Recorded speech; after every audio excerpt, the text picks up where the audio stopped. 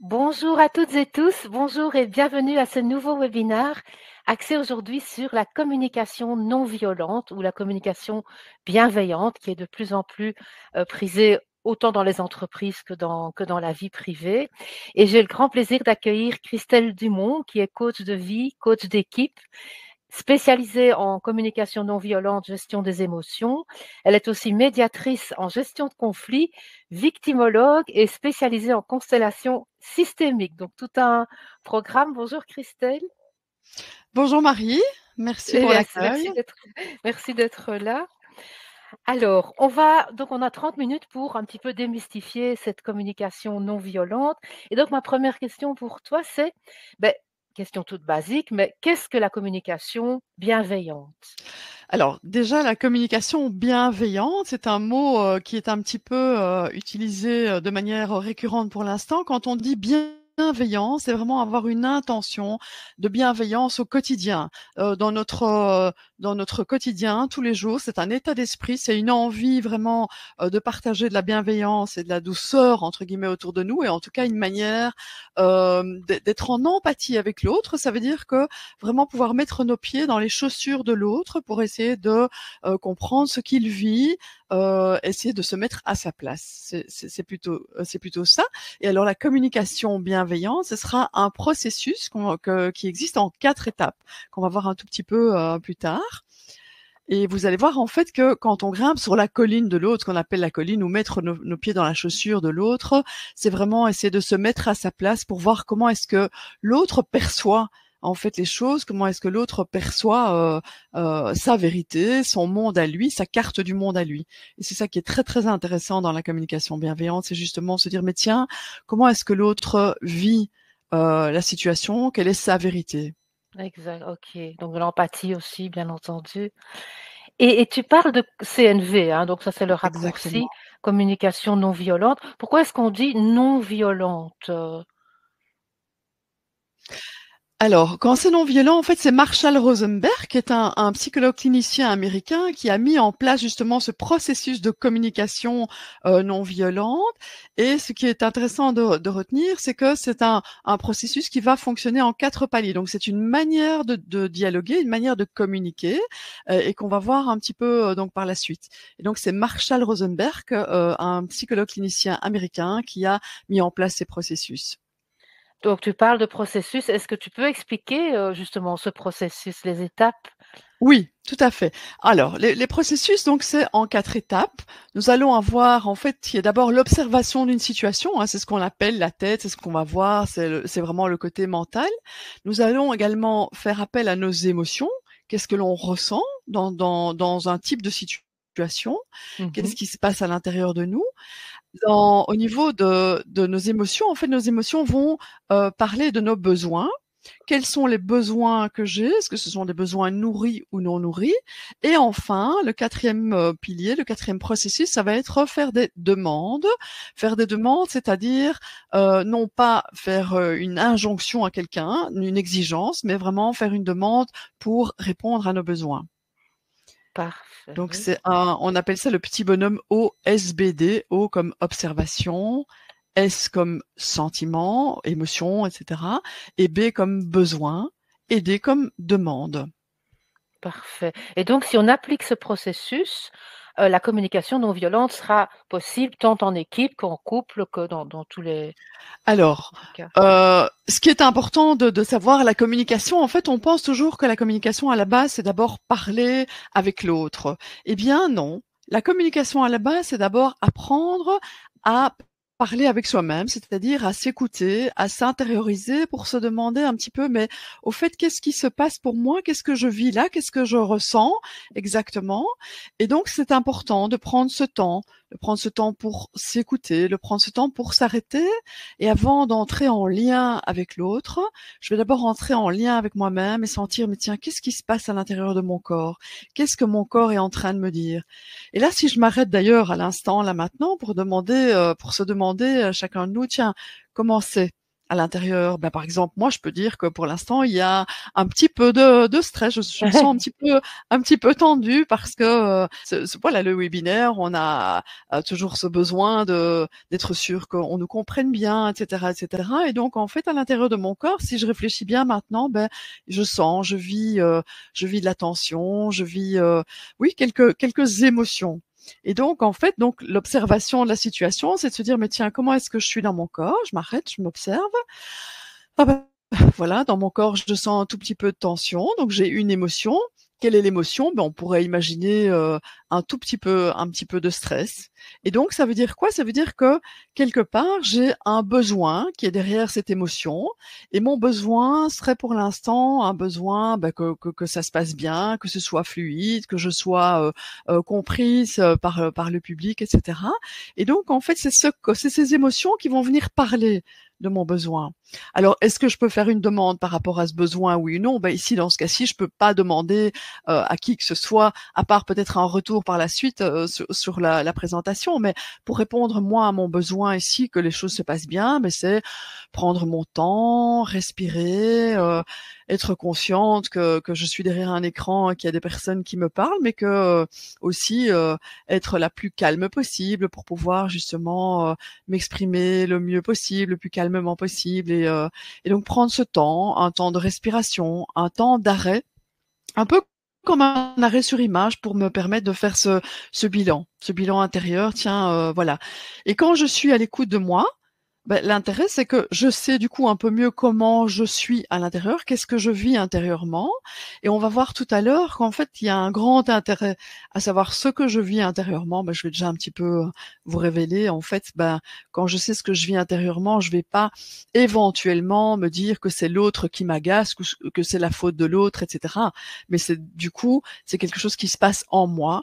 Et pouvoir me dire que, par exemple, je suis un tout petit peu tendue pour l'instant, me permettrait de ne pas mettre la faute ou la responsabilité sur l'autre. Donc c'est vraiment ça qui est intéressant, c'est vraiment se dire je m'écoute, je m'arrête et je fais le bilan de comment je me sens moi actuellement pour pouvoir ensuite écouter l'autre et être à l'écoute des besoins de l'autre.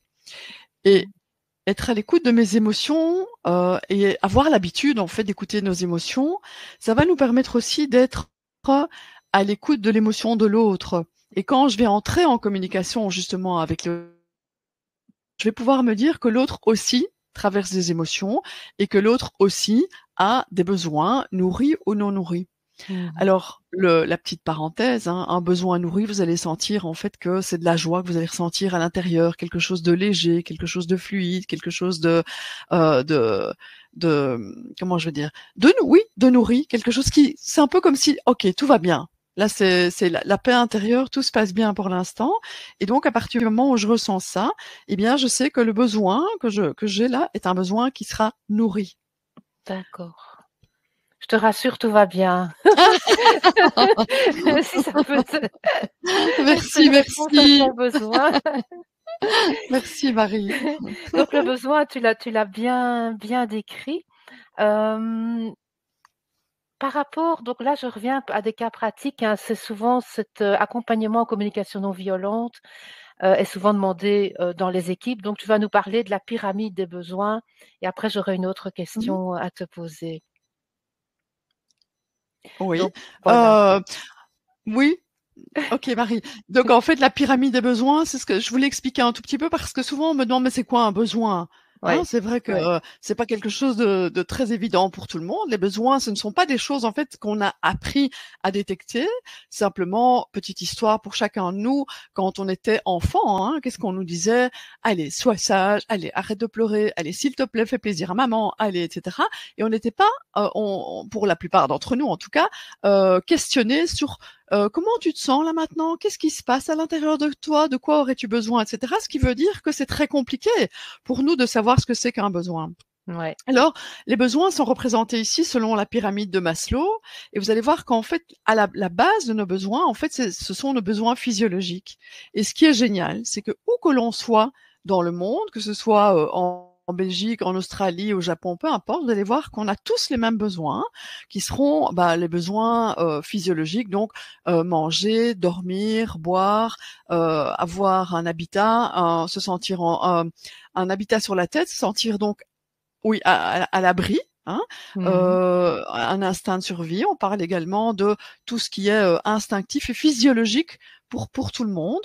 Ensuite, on a le besoin de sécurité. Le besoin de sécurité, c'est se sentir en confiance, mais c'est aussi avoir un toit sur la tête. Effectivement, si on observe des personnes qui malheureusement vivent dans la rue, eh bien ces personnes-là n'ont pas la possibilité de se sentir en sécurité parce qu'elles sont menacées par l'extérieur, etc. Eh bien, si notre besoin de sécurité n'est pas rempli, on ne pourra pas grimper en fait dans la pyramide des besoins et aller vers un besoin d'appartenance et qui va nous amener vers un besoin d'estime de soi. D'accord, d'estime de soi, de confiance en soi et surtout un besoin de s'accomplir. Donc, ça peut être développer des connaissances, développer ses valeurs, développer notre spiritualité, etc. Et donc, c'est intéressant de voir que la pyramide des besoins a besoin d'être nourrie jusqu'au sommet pour pouvoir être des personnes accomplies, des personnes qui vont être dans la capacité de développer des connaissances. Et donc dans l'entreprise, c'est intéressant aussi de se dire, si une personne n'a pas ses besoins nourris, elle ne va pas, par exemple, pouvoir être complètement disponible à une équipe, elle ne va pas pouvoir se sentir bien pour communiquer, etc. Peut-être parce qu'elle ne sera pas à l'écoute de ses besoins, ou peut-être que ses besoins n'auront pas été nourris. Et donc, c'est fondamental d'être à l'écoute et d'apprendre à découvrir c'est quoi un besoin et pouvoir se dire, voilà, j'ai tel et tel besoin, comment est-ce que je fais pour pouvoir répondre à ces besoins? Et donc, la pyramide de Maslow est une pyramide informative, mais c'est simplement intéressant de voir que fondamentalement, nos besoins physiologiques sont les mêmes pour tout le monde, besoin de sécurité, un besoin d'appartenance aussi. Depuis tout petit, on a besoin d'appartenir, par exemple, quand on était à l'école, que ce soit dès la maternelle déjà. Eh bien, on avait besoin d'appartenir par exemple, au meilleur de la classe ou au plus drôle de la classe ou à celui qui était le plus remarqué, etc., etc., pour pouvoir s'identifier en fait à un groupe, une équipe. Même chose dans l'entreprise en fait. C'est important de sentir des équipes qui fonctionnent ensemble. Ce besoin d'appartenance, eh bien, effectivement, si une personne se sent éloignée de son équipe, elle ne va pas le vivre de manière très fluide. Donc, d'où l'importance de bien connaître ses besoins. Et justement, quels sont les avantages pour les équipes au niveau d'entreprise, justement, au niveau professionnel, la communication non violente? Alors, ce qui est vraiment intéressant, je voudrais revenir encore un tout petit peu sur les besoins, Oui. parce que si je suis à l'écoute de mes besoins, ça va être important. Donc, ça veut dire que j'ai repéré mon émotion. On a compris que l'émotion cachait un besoin, nourri ou non nourri.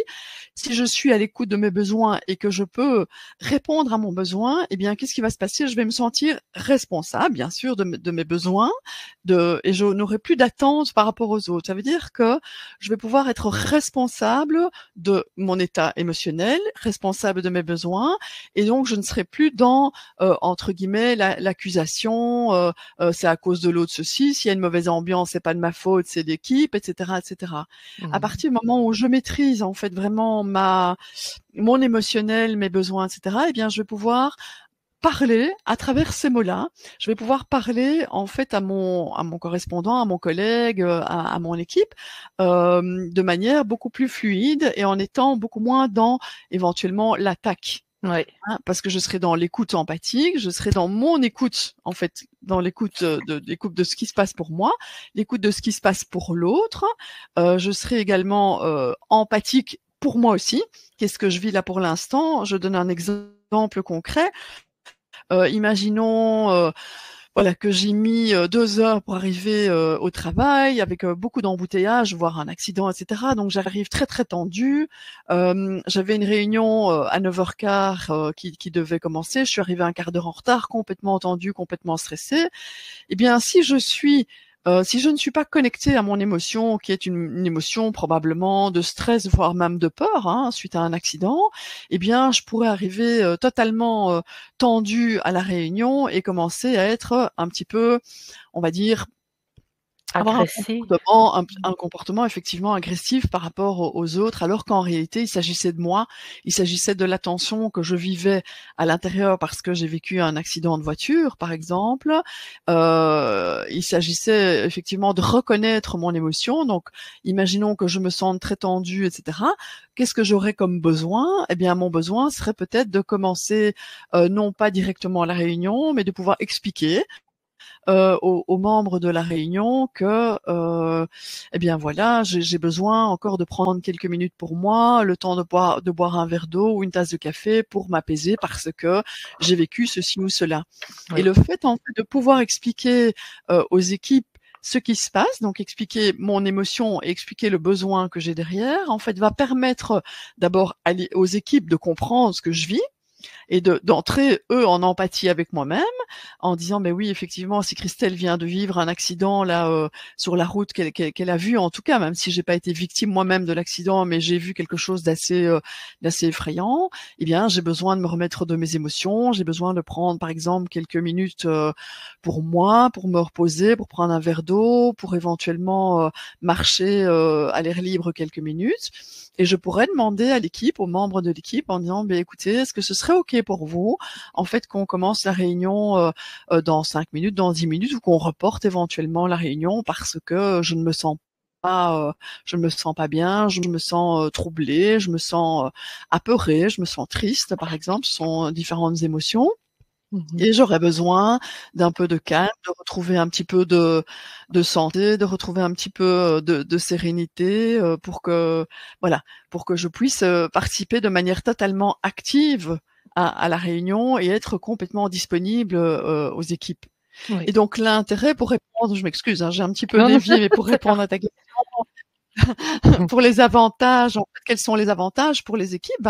L'avantage, c'est qu'effectivement, ça va améliorer la communication interpersonnelle. Donc, si chacun est au fait de ses émotions et au fait de ses besoins, eh bien, ce sera beaucoup plus facile de pouvoir parler de soi, de laisser à l'autre la possibilité de parler de parler de cette personne, de parler de ses émotions, de pouvoir exprimer en fait quelles sont les sensations, les émotions, les besoins, quels sont les besoins, et éventuellement pouvoir demander de l'aide. Donc, un exemple concret, on est dans une équipe où il y a effectivement une surcharge de travail pour l'instant, et une collègue pourrait être très très agitée, très nerveuse et très tendue parce qu'elle a une surcharge de travail.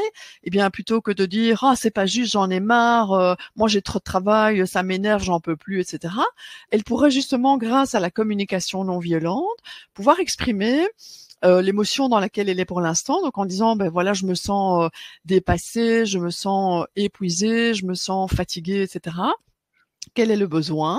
Eh bien, ce serait j'ai besoin d'aide, j'ai besoin de collaboration, j'ai besoin de décharger une partie de mon travail et de déléguer une partie de mon travail avec un membre de l'équipe, et pouvoir dire tiens, Caroline, Pierre, Paul, Jacques, est-ce que ce serait possible pour toi que tu puisses momentanément m'aider aujourd'hui dans cette tâche que je dois accomplir, imaginons pour 17 heures aujourd'hui.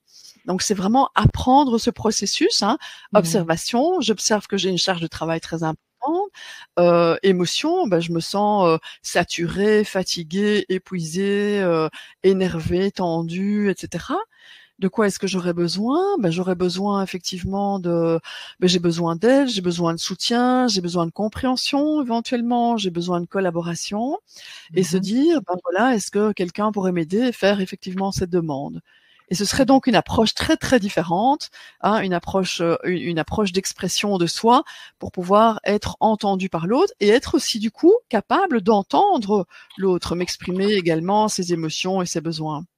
Et donc, ça rend la communication beaucoup plus fluide, un climat de travail évidemment beaucoup plus serein. On apprend aux équipes en fait à développer l'écoute, l'écoute de soi, l'écoute de l'autre, l'écoute des autres, et donc l'empathie, très très important. Mmh.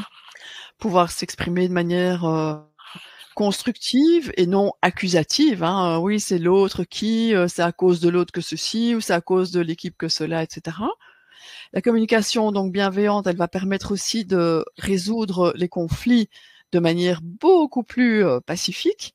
Hein, on va être dans l'intention pacifique, on va être dans l'intention bienveillante. Hein. Donc l'objectif, c'est effectivement qu'on soit dans un cadre serein et bienveillant plutôt qu'un cadre tendu et accusateur. Donc ça, c'est très très important aussi pour les équipes. Oui. Avoir des paroles beaucoup plus saines. Hein, donc en parlant de moi, si je parle en je, si je parle de mes émotions et de mes besoins, ce sera beaucoup plus sain que si je parle en tu. Oui. On dit toujours que le tu tue. Hein, c'est une arme, une arme de défense, effectivement. Et donc, ensemble, en parlant des émotions et des besoins de chacun, il y a quelque chose de très, très intéressant pour les équipes. En fait, c'est de trouver une réponse commune à une situation donnée, à une situation éventuellement de conflit. C'est trouver ensemble des solutions.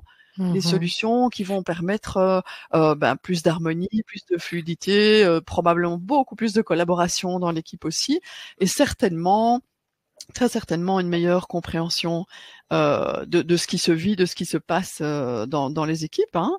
Donc ça, c'est vraiment très intéressant. Donc en fait, oui, c'est aussi lié à l'intelligence collective finalement. Hein. Ça peut mener, Tout à fait. que la solution soit Tout liée à fait.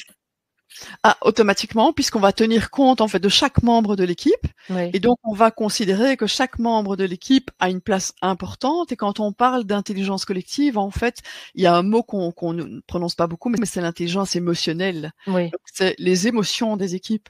Et d'ailleurs, une chose qui est très importante et que j'apprends souvent dans les entreprises, que je forme en communication non violente, c'est pour démarrer une réunion.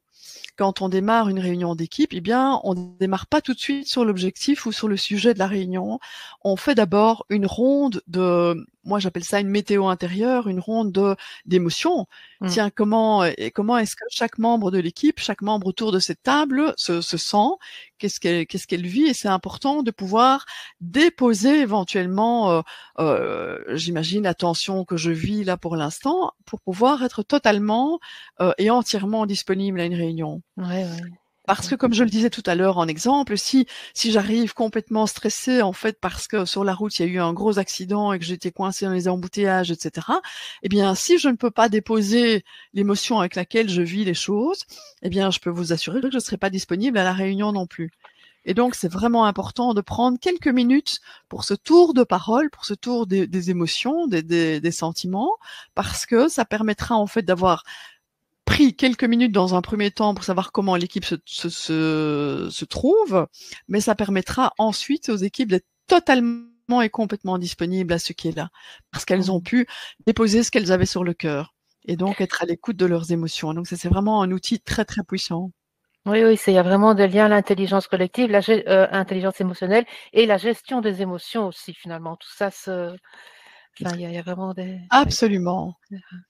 Aussi, la gestion des émotions, c'est ça qui est intéressant, c'est de se dire, mais tiens, puisque je sais ce que je vis, eh bien, du coup, je vais pouvoir répondre à mon émotion et peut-être pouvoir simplement, le fait d'exprimer mon émotion va pouvoir réduire l'intensité de l'émotion. L'émotion est très intense quand on fait semblant de ne pas voir ce qui se passe, quand on l'ignore, quand on ne donne pas de place à nos émotions. Oui, tout à fait. C'est très intéressant. Et ça pique tant en privé qu'en pro, donc ça, c'est encore Absolument. chouette aussi. Oui, tout à fait. Et en fait, une question un peu bête, mais enfin bête. Aucune bête question. Combien de temps, en fait, est nécessaire pour apprendre les bases de cette communication non violente, selon toi? Alors, pour apprendre les bases de la communication, on parle bien des bases, hein, mais ça veut dire que pendant une journée, ce serait une journée complète, on pourra déjà apprendre à détecter nos émotions, à s'écouter soi, à écouter l'autre, à écouter nos besoins et à pouvoir exprimer éventuellement une demande. Donc, c'est vraiment le processus, hein, de petit bonhomme OSBD. Donc, apprendre à observer une situation. Donc, observer une situation, ça veut dire observer sans jugement. D'accord? Observer ce qui est là. Observer ce qui est là. Qu'est-ce que ça me fait? Donc, hein, qu'est-ce que ça me fait suite à cette observation, qu'est-ce que ça me fait? Comment je me sens? Ensuite, quel est le besoin qui est derrière, nourri ou non nourri. Si le besoin n'est pas nourri, essayer d'apprendre à identifier nos besoins et ensuite pouvoir exprimer une demande. C'est Et ça. tout ça va amener à une communication bienveillante et honnêtement, par expérience, je peux vous dire qu'au bout d'une journée, et il y a beaucoup de pratique aussi, hein, c'est une journée où il y a bien sûr un peu de théorie, mais surtout beaucoup de pratique où on va amener à expérimenter en fait les 4 étapes, les 4 étapes du processus de la communication non violente. Parfait. Et on en a tellement besoin de bienveillance, justement. Oui, OK, tout à fait. top, top, top. Ben, je pense qu'on a bien démystifié, enfin, tu as bien démystifié la CNV. Merci 1000 fois.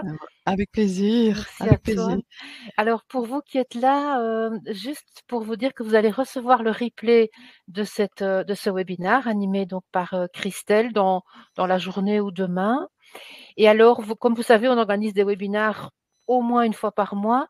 Alors la prochaine session offerte n'a rien à voir avec la communication non violente. Là, ce sera, une session sur, Excel et les tableaux croisés dynamiques d'Excel qu'on nous a demandé en fait, parce que c'est une fonctionnalité qui paraît parfois un peu compliquée et donc on va démystifier, cette fois-ci avec Mathieu, qui est, un formateur de notre équipe. Donc vous êtes les bienvenus.